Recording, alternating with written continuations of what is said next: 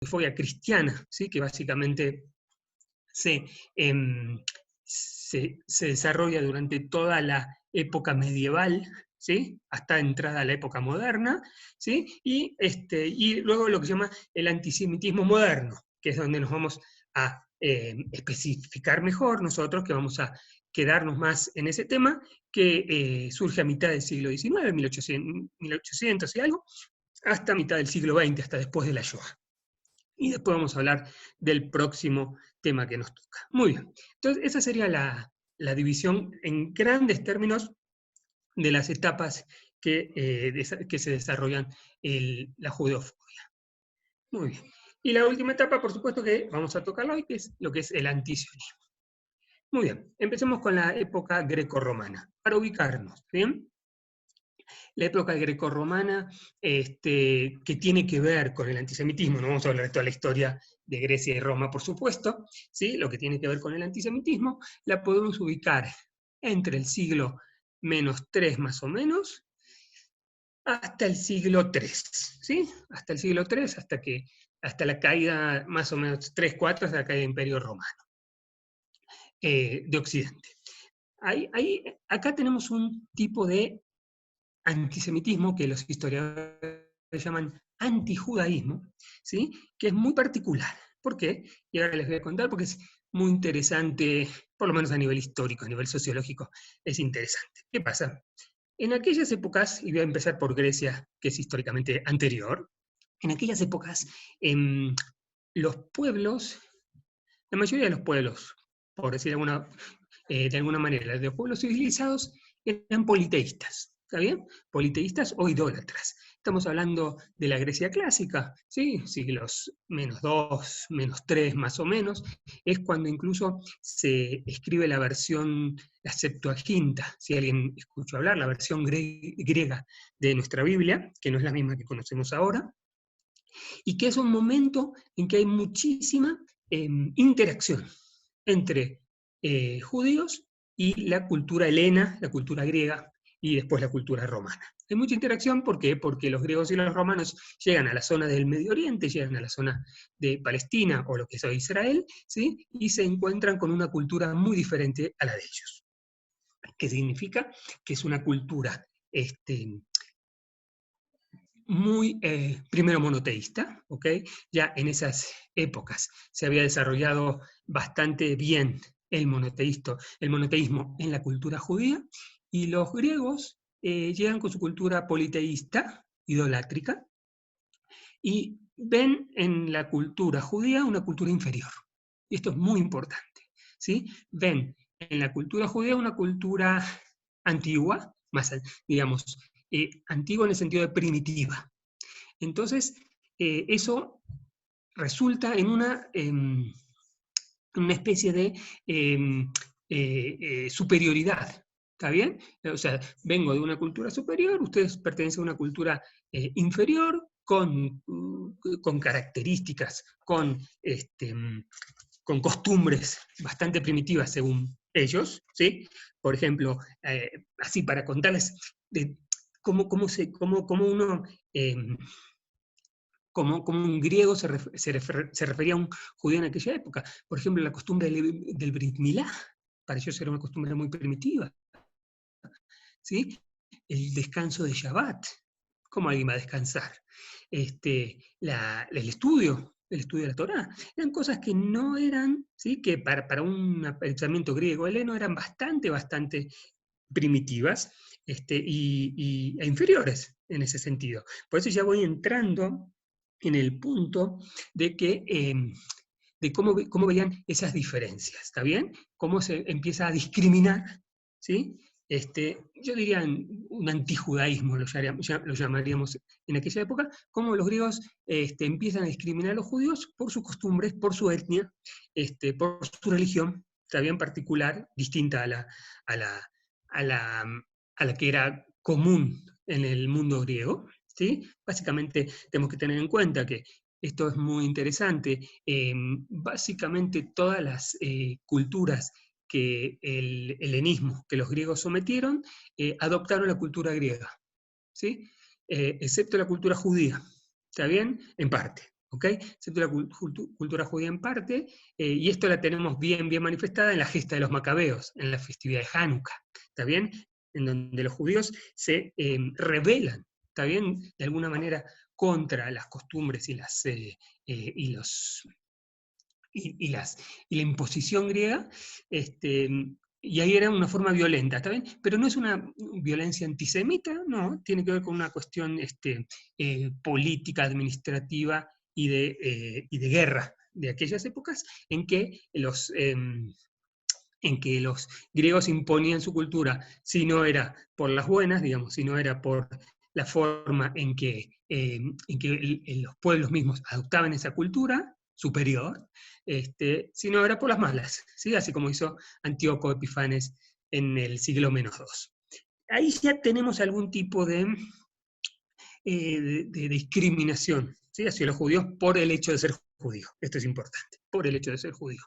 Aquí, en el PowerPoint que hice, traje un par de ejemplos, por ejemplo, a Pión o Tácito, que les voy a contar quiénes eran, y a Flavio Josefo, que seguramente conocen, la guerra de los judíos, antigüedades judías. Pión era un pensador de esa época, un pensador egipcio-griego.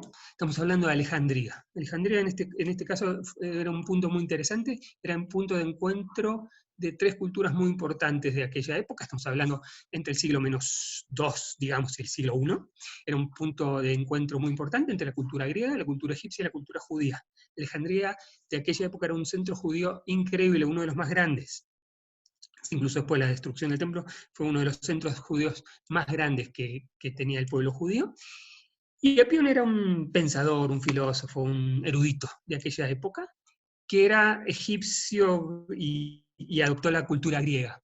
Y él fue a quejarse al emperador Calígula, estamos hablando del siglo I ya, al emperador Calígula se fue a quejarse de los judíos, ¿está bien? Porque eran una competencia económica sobre todo, y tenían costumbres distintas a las griegas. Acá volvemos.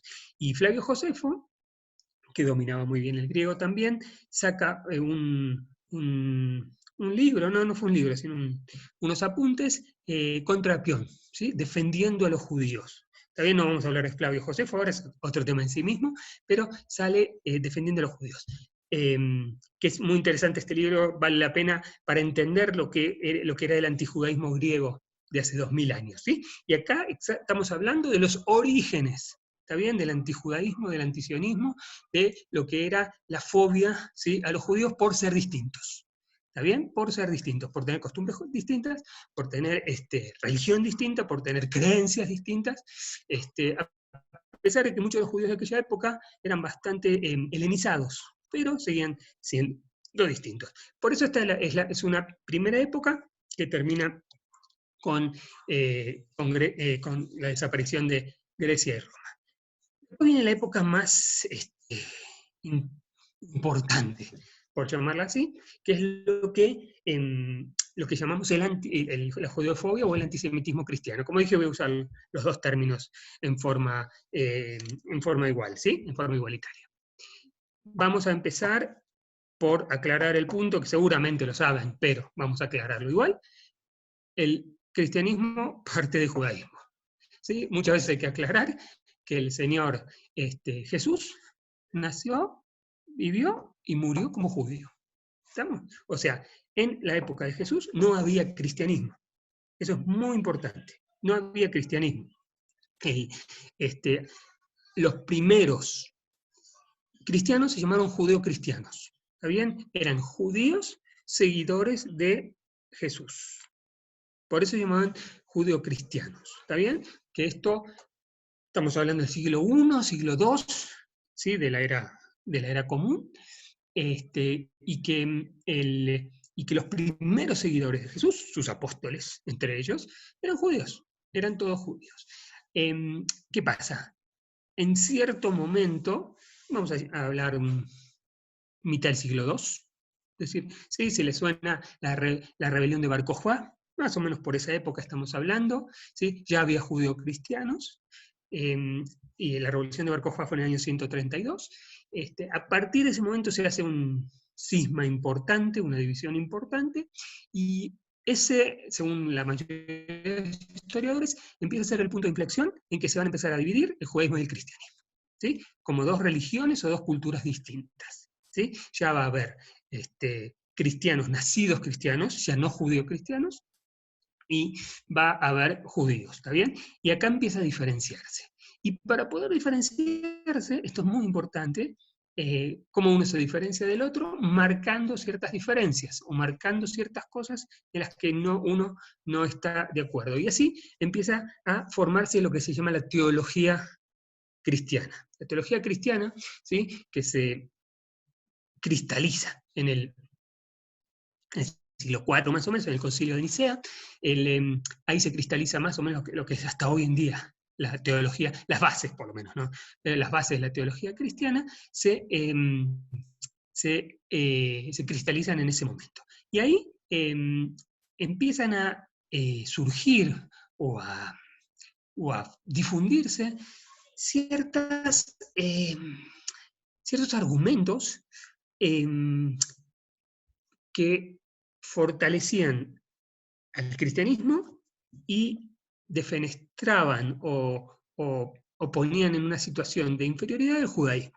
¿Está bien? Recordemos que empieza en el siglo IV básicamente la hegemonía cristiana que se empieza a esparcirse por Europa en esa época, ¿está bien? Y acá en la Shkufit, como se dice, en la Shkufit se dice, lo que estamos viendo ahora, ¿sí? Que es en la pantalla, ¿sí? Que empiezan a desarrollarse distintos argumentos que van a ser la base del antisemitismo cristiano, ¿sí? El primer argumento es el más conocido, es el deicidio, ¿sí? Los judíos matamos a Jesús, matamos a Dios, y eso, digamos, queda muy, muy fuerte en la ideología cristiana, en la teología cristiana, ¿sí? La inferioridad del Antiguo Testamento, esto es muy importante.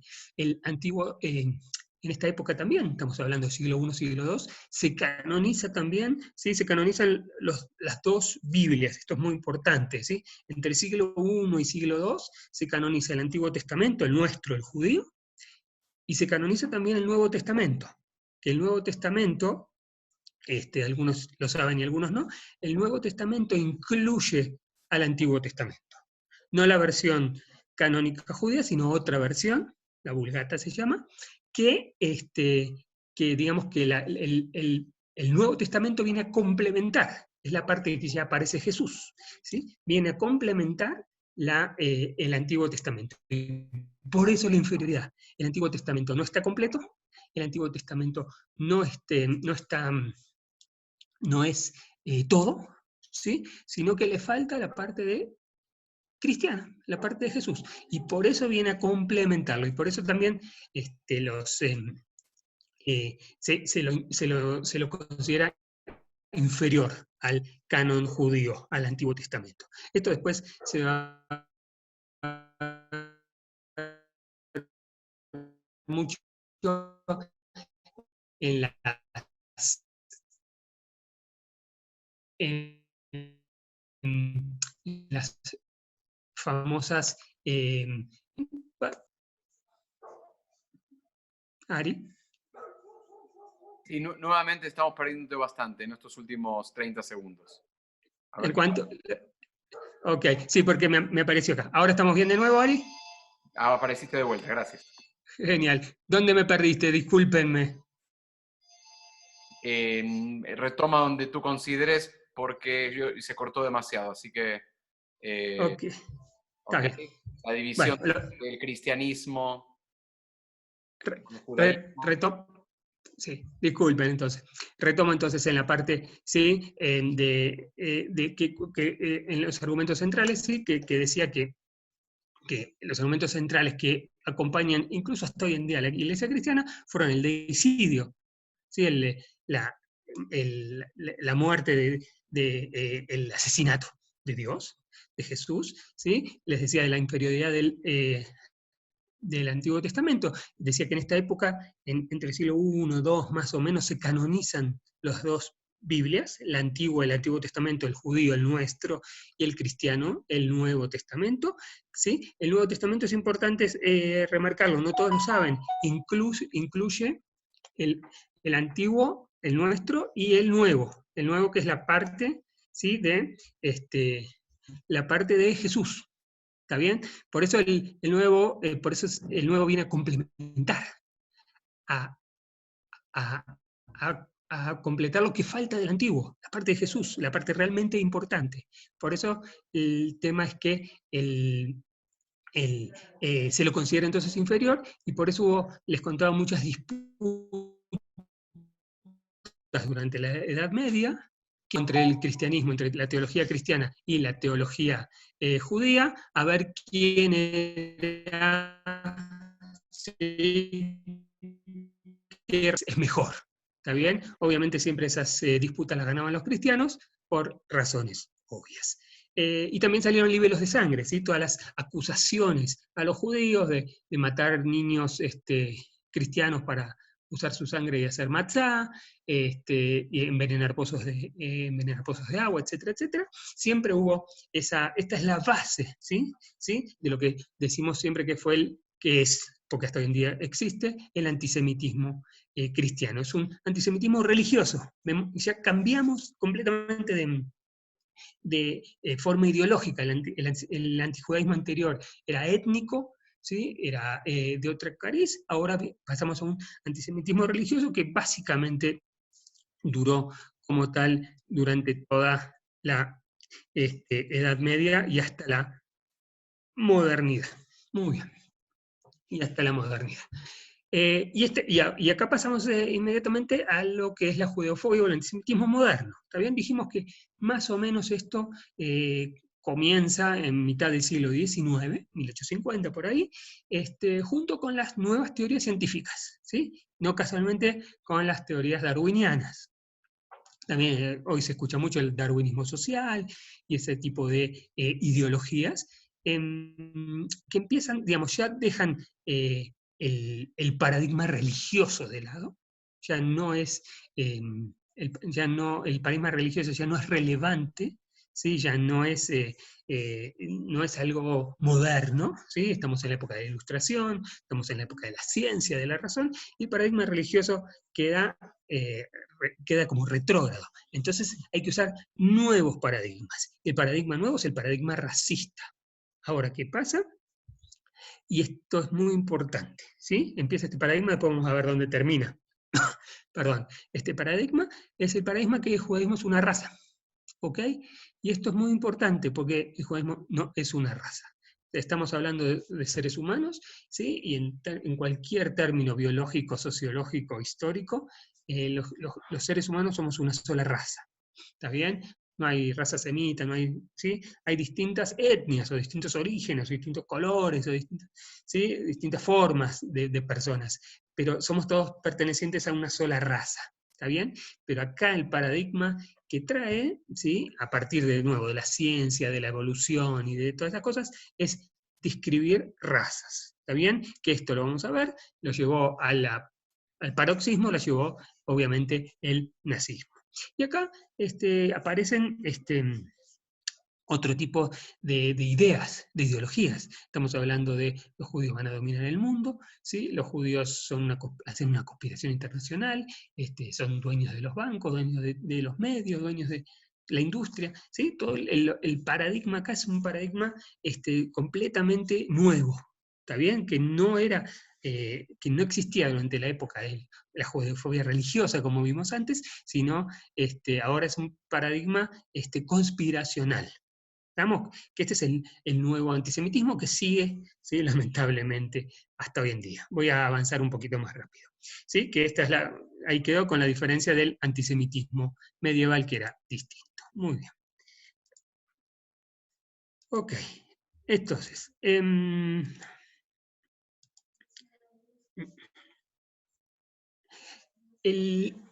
antisemitismo moderno, antes de entrar en este punto del antisionismo, el antisemitismo moderno entonces llega a su pico, por supuesto, con la Shoah, ¿está bien? Con la ideología nazi, que tomando el darwinismo social también, describe a los seres humanos como distintas razas, superiores e inferiores. Por supuesto, la raza superior era la raza aria, las razas inferiores, entre ellas estaba la raza judía, y había, por supuesto, que exterminarlos. Después en otra shiur, en otra clase, vamos a ver estos temas, ¿sí? Del exterminio y de la solución final y todas esas cosas, pero entender que que la ideología nazi llevó al extremo el antisemitismo moderno.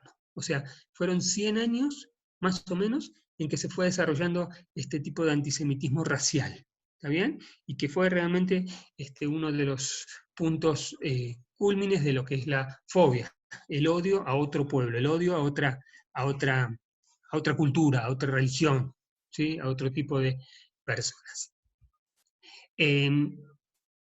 Terminada la Shoah, ¿sí? Terminada mitad del siglo XX, mitad del siglo pasado, terminada la Shoah, ya no era bien visto, no era políticamente correcto ser nazi. ¿Está bien?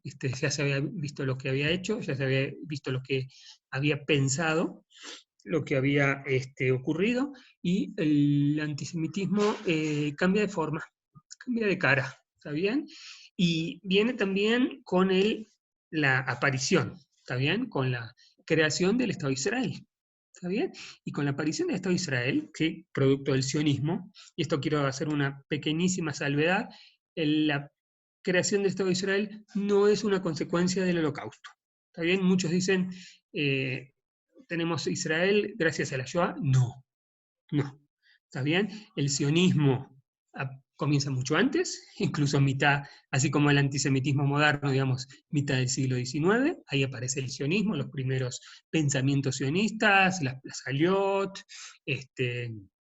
los primeros precursores del sionismo, ya son de mitad del siglo XIX.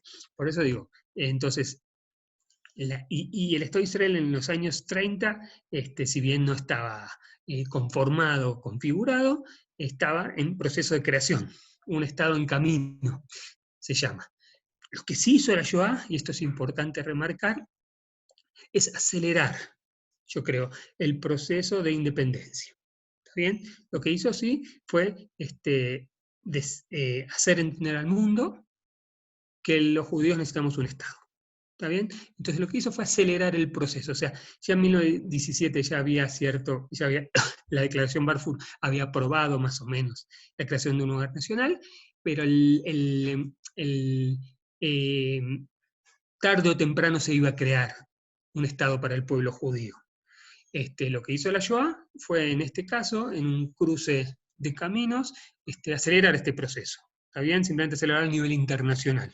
Hacer entender a todo el mundo de la necesidad de un Estado, pero por eso digo, tengamos cuidado cuando decimos, muchos dicen, o quieren, que es una consecuencia. No es una consecuencia, simplemente aceleró el proceso.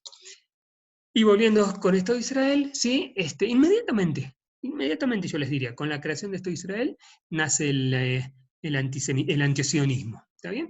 El antisionismo, que en general venía de la izquierda tradicional, de las izquierdas clásicas de los países europeos o latinoamericanos en general, por una cuestión de antiimperialismo, llamémoslo así. ¿Sí? Antiimperialismo en el sentido de decir Israel es un país imperialista, ocupa tierras de los palestinos, está haciendo una injusticia con la gente que vivía en Palestina, ¿sí? Y es un producto del imperialismo occidental. Y así la izquierda, ¿sí? Toma la izquierda clásica de nuevo, ¿sí? Porque toma un cariz antisionista. ¿Por qué? Porque realmente la izquierda yo llamaría más moderada, apoyó la creación del Estado de Israel. ¿Está bien? O sea, el Estado de Israel se creó como un país bastante de izquierda en sus comienzos, bastante, no digo, pero bastante socialista, y digamos, y mucha de la izquierda internacional, la izquierda moderada, los partidos socialistas en general, apoyaron la creación de Estado de Israel. Luego viene la nueva izquierda, ¿está bien? La izquierda más, que hoy llamamos la izquierda más radical en general, el trotskismo, la izquierda dura, ¿sí? Se junta con el tercermundismo, con el movimiento tercermundista, en donde estaban básicamente los países africanos, los países árabes, y toman otro cariz de antisionismo. Y la tercera etapa es el Islam radical, ¿está bien? Hoy en día hay una mezcla, ¿sí? Que no voy a entrar en el tema, ¿sí? Pero es lo que se llama el BDS, que en el BDS, ¿sí? En todo el movimiento de boicot, desinversión boicot, desinversión, BDS. Ahora, es decir, está todos estos movimientos que vemos acá están involucrados en la faz antisionista. Pero ¿qué pasa? Y esto es interesante. Podemos discutirlo, ¿no? Si todo antisionismo es antisemitismo. ¿Estamos? Eso creo que es parte de la discusión nuestra o de la reflexión nuestra, de que, de que acá hay una faceta bastante antisemita en el antisionismo. ¿Por qué? Porque generalmente es la única, Israel, por ejemplo, es el único país criticado, que lo critica en el mundo por sus políticas. Es el único país que dice que no tiene no tiene legitimidad, no tiene derecho de existir. El único de 193 que hay en las Naciones Unidas. Es el único país que hay una, si se dan cuenta, o sea, vieron cuando empezamos a hablar de la judeofobia, hay una obsesión, ¿sí? Una obsesión muy profunda contra Israel y no contra ninguna otra injusticia en el mundo. No estamos diciendo que Israel hace todas las cosas bien o todas sus políticas son correctas, pero estamos diciendo que hay una obsesión muy, muy fuerte contra el Estado de Israel y no contra otras injusticias de millones de muertos en otros lados, de guerras, de injusticias, pero siempre es Israel. Hay gente que dice que Israel es el judío de los países, ya que ahora no hay un antisemitismo clásico como el de antes, hay un antisemitismo, Israel es el chivo expiatorio, es el judío de los países y por eso hay tanta crítica antisionista. Muy bien. Algunas características del antisionismo que, como ven, son muy, muy parecidas a los conceptos que vimos antes, a los conceptos del antisemitismo clásico. Hay una obsesión, ¿sí? O sea, como dije antes, o sea, wow, se me está yendo el tiempo. En muchos lugares hay injusticias, en muchos lugares hay guerras, en muchos lugares hay conflictos, ¿sí? Pero la obsesión por Israel es tremenda. El maniqueísmo, ¿sí? Buenos y malos. Los israelíes son los malos, los palestinos son los buenos, y se acabó. No hay forma de discutir. Y como ven ahí, esto es el heredero de todos los mitos antijudíos. Vengativo, dominador, ¿sí? Todas estas cosas que las vemos claramente en el antisemitismo tradicional clásico. Otras características, voy a ir rápido, ¿está bien? Y después en próximas clases vamos a ir desarrollando más. Otras cosas es la negación del holocausto, ¿está bien? Que es una cosa que empezó básicamente con el holocausto mismo y que sigue hasta hoy en día. ¿Sí? Hay autores, sobre todo europeos, que se dedican a negar el holocausto, a negar la existencia del holocausto sobre supuestas bases científicas. ¿Está bien? O sea, no voy a pasar por todo lo que están viendo ahora, pero fíjense, cuestionar detalles, el número de víctimas, que por supuesto no es exacto y nunca lo vamos a saber exactamente, sobre si existieron o no existieron las cámaras de gas. ¿Sí? ¿Ven que hay muchas cosas? Sí, ausencia de un plan sistemático. En realidad nunca hubo un plan sistemático, sino hubo una serie de políticas que se llevaron a la práctica. Pero es otra forma otra forma muy clara de antisemitismo actual, ¿sí? O sea, negar el holocausto es negar, está bien, parte de la historia. Y muchos dicen lo que está ahí escrito ahí abajo, que dice que es un invento del sionismo, ¿sí? Para presionar a la creación del Estado de Israel, ¿sí? Como les dije. Por eso hay que tener mucho cuidado cuando hablamos de Israel y la Shoah. ¿Bien? O sea, muchos dicen que fue un invento judío para provocar, para hacer la creación del Estado de Israel. Que es una cosa bastante complicada.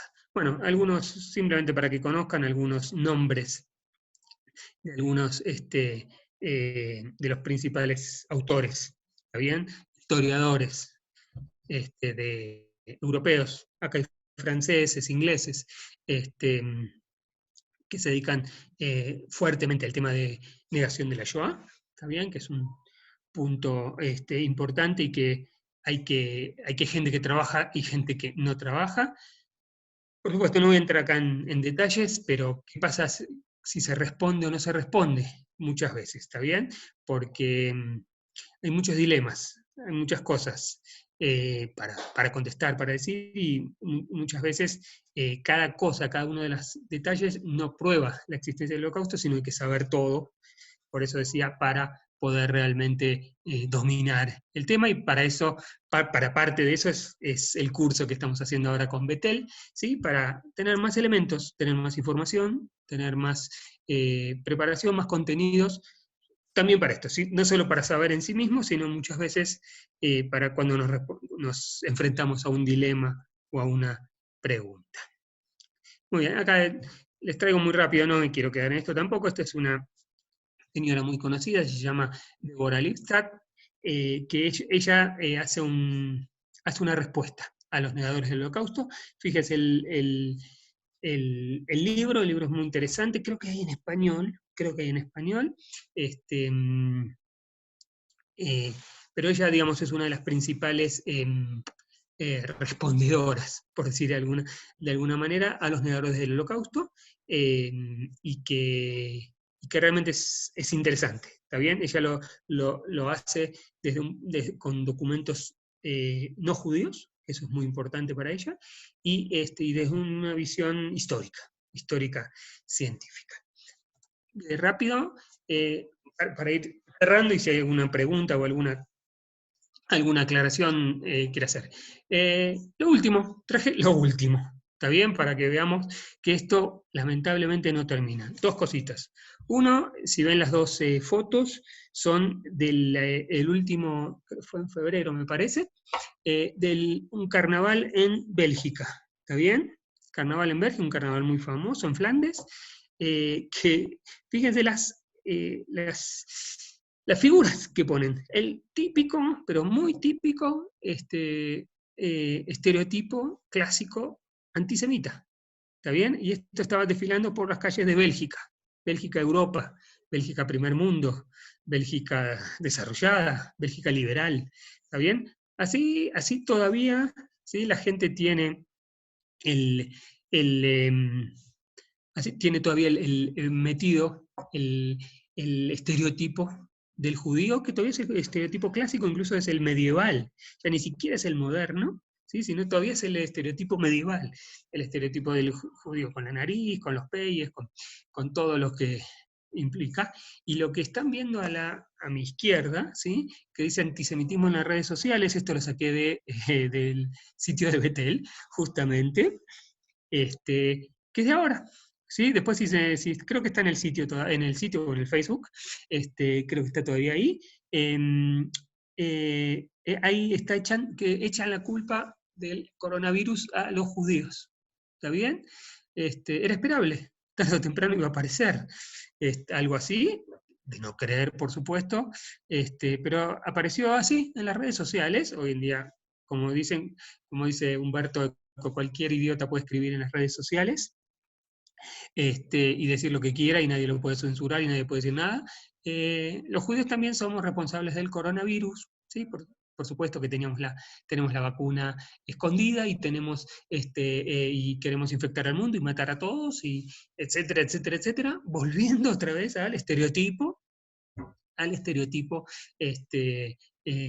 clásico antisemita, que es algo increíble. Pero esto es de ahora, de ayer o de anteayer o hace 3 días. Que sigue siendo, ¿sí? Como ven ahí abajo dice, no tiene mucha calidad, por eso no lo pude abrir más, me van a disculpar, pero dice, el coronavirus no es el único virus que se expande por el mundo, ¿está bien? Y todo lo que dice acá es sobre los judíos, Israel y etcétera, etcétera. Leonel, ¿cómo le va, Raf? ¿Cómo va? ¿Qué tal, Andy? Quería agradecerte por esta presentación y por compartirla con nosotros. Y bueno, viniste a cortarme, Leo. No nos sorprende que haya incluso antisemitismo en estos momentos, hablando del coronavirus y una conexión con los judíos y con un interés nuestro en vender las vacunas o vender las medicinas para poder afrontar esto. Es algo que ya lo vimos a lo largo de la historia. Sí, sí. Y Yosher Koahan dice que haces un gran esfuerzo para presentar esto y te deseamos a ti Refuah Shleimá. Y estamos muy, muy contentos de contar contigo. Con gusto siempre, Leo. Un placer. Bueno, yo solo agradecerte. Si quieres cerrar tú, cierra. Andy, sería interesante también saber cómo avanzamos la próxima semana, cómo continúa, ya para que las personas te puedan seguir en los próximos días. Perfecto. La idea es la siguiente, Ari, hacer la idea son modulares, ¿sí? Hacer clases modulares de 1 hora o lo que sea más o menos. O sea, hoy empezó y terminó el tema, y la idea es seguir con módulos, o sea, otro módulo va a ser la solución final, otro módulo va a ser teología del holocausto, otro módulo va a ser el Judenrat, cada uno va a ser un módulo en sí mismo, o sea que si alguien no puede estar en una no pasa nada porque son modulares, y la idea es esta, que nos encontremos alrededor de 1 horita a platicar. Espero que haya más preguntas en la próxima o más interacción, pero es difícil así, yo sé. Bueno, muchísimas gracias, Andy. Y seguimos la próxima y lo vamos a difundir en nuestros medios para que la gente se conecte. Sí vi mucha gente conectada y muy interesada, así que vamos a seguir con este tema. Muchas gracias y que tengamos Shavua Tov y Besorot Tovot. Un abrazo para ti, Refuah Shleimá. Aclaro que no tiene coronavirus, Andy, sino que se está recuperando de una lesión. Sí, totalmente. Bueno, igual abrazo, creo que no contagiamos por pantalla. No, son de esas cosas que no contagian. Todo bien. Gracias, Shavua Tov a todos. A todos, gracias. Buenas noches, gracias Ari y Yosher Koach. Estamos conectados todavía. Por todo el apoyo técnico. Invitamos a todos mañana a las 7:30 nuestro rezo. A las 10 de la mañana tendremos una plática a cargo de nuestro moré Marcos Jalif, los aislamientos de la antigüedad y la cuarentena moderna. Luego a las 6:45 tendremos el rezo de Minjarbit. A las 7:05 una plática sobreviviendo el home office y las relaciones familiares con la psicóloga Daniela Vladislavsky, igual para los conocidos. Y luego a las 8:30 de la noche tendremos también con el rabino emérito Marcelo Rittner, Corona Break, una invitación a sentir y pensar juntos. Esa es nuestra jornada en streaming mañana. Los esperamos a todos y a seguir adelante. Gracias, Andy. Gracias, Andy. Gracias, Ari. A todos un abrazo. Adiós, adiós.